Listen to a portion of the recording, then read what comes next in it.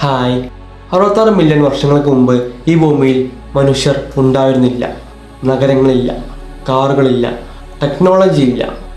പക്ഷേ ഈ ഭൂമിയെ ഭരിച്ചിരുന്നത് ഡൈനോസേഴ്സ് ആയിരുന്നു. മില്യൺസ് ഓഫ് ഇയേഴ്സ് അവർ ഈ പ്ലാനറ്റിൽ ജീവിച്ചു.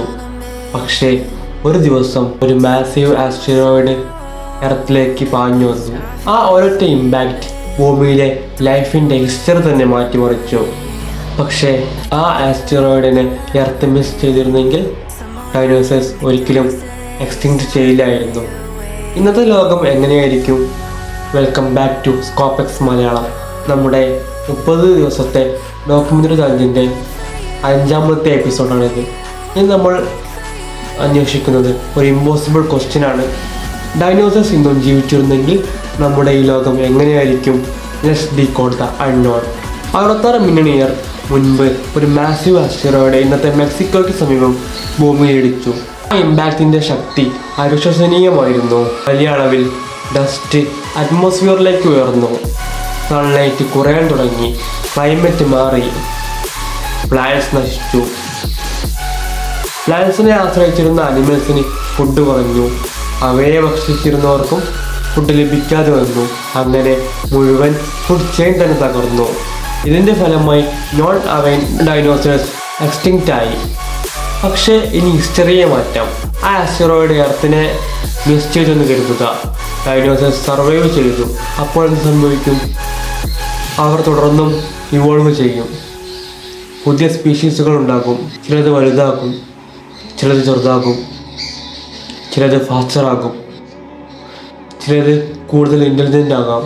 മില്യൺസ് ഓഫ് ഇയേഴ്സ് കഴിഞ്ഞപ്പോൾ നമുക്ക് ഇന്ന് ഇമാജിൻ ചെയ്യാൻ പോലും കഴിയാത്ത പുതിയ ഡൈനോസേഴ്സ് സ്പീഷീസുകൾ ഉണ്ടായേക്കാം. പക്ഷേ ഇവിടെ വലിയൊരു ചോദ്യം, ഡൈനോസേഴ്സ് മനുഷ്യരെ പോലെ ഇൻ്റലിജൻ്റ് ആയിരുന്നെങ്കിൽ ചില ഡൈനോസേഴ്സ് സ്പീഷീസുകൾക്ക് മറ്റു പല ജീവികളെക്കാളും ഡെവലപ്ഡ് ബ്രെയിൻ ഉണ്ടായിരുന്നു. അതിനാൽ മില്യൺസ് ഓഫ് ഇയേഴ്സ് കൂടി ലഭിച്ചിരുന്നെങ്കിൽ അവരുടെ ഇൻ്റലിജൻസ് കൂടുതൽ ഡെവലപ്പ് ചെയ്തേക്കാം. പക്ഷേ അവർ ഹ്യൂമൻസിനെ പോലെ തന്നെ ഇവോൾവ് ചെയ്യുമെന്ന് സയൻസിന് പറയാൻ കഴിയില്ല. എവല്യൂഷൻ ഒരു ഫിക്സഡ് ഡെസ്റ്റിനേഷൻ അല്ല, അത് സർവൈവലിനെ ആശ്രയിച്ചാണ് മുന്നോട്ട് പോകുന്നത്. ഇതാണ് ഏറ്റവും വലിയ ക്വസ്റ്റ്യൻ. ഡൈനോസേഴ്സ് എക്സ്റ്റിങ്ക്റ്റ് ആയതിനു ശേഷം മമ്മൽസിന് കൂടുതൽ അവസരങ്ങൾ ലഭിച്ചു. മില്യൺസ് ഓഫ് ഇയേഴ്സ് കഴിഞ്ഞ് അവയിൽ നിന്ന് പല പുതിയ സ്പീഷീസുകളുണ്ടായി, ഒടുവിൽ ഹ്യൂമൻസ്. പക്ഷേ ഡൈനോസേഴ്സ് ഇപ്പോഴും ഡൊമിനൻ്റ് ആയിരുന്നെങ്കിൽ മമ്മൽസിന് അതേ അവസരം ലഭിച്ചേനെ, ഹ്യൂമൻസ് ഉണ്ടായേനെ. മേ ബി ഒരു പക്ഷേ നമ്മൾ ഒരിക്കലും ഈ ഭൂമിയിൽ ഉണ്ടായിരുന്നില്ല. ഇനി ഇന്നത്തെ ലോകം ഒന്ന് ഇമാജിൻ ചെയ്യൂ. Modern cities, highways, sky scrapers, technology എല്ലാം ഉണ്ടാകും. പക്ഷേ സിറ്റിയുടെ പുറത്തായി ഒരു ജെയിൻ്റ് ഡൈനോസർ നടക്കുന്നു.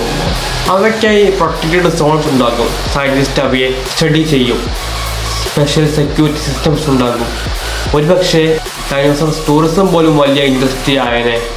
പക്ഷേ ഇവിടെ ഒരു വലിയ ട്വിസ്റ്റ് ഉണ്ട്.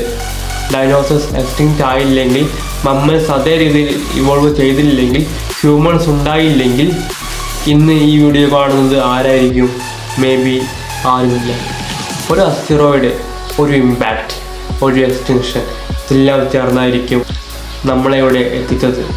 ചരിത്രത്തിലെ ഒരു കാര്യം മാത്രം മാറിയിരുന്നെങ്കിൽ ഒരു പക്ഷേ നമ്മളിവിടെ ഉണ്ടാകുമായിരുന്നില്ല. ഇത് സ്കോപ്പെക്സ് മലയാളം. ഇത് ടൈം 5. അവിടുത്തെ എപ്പിസോഡിൽ വീണ്ടും മറ്റൊരു മിസ്റ്ററിയിലേക്ക് നിങ്ങളെ കൊണ്ടുപോകാം. Let's decode the unknown. Thank you.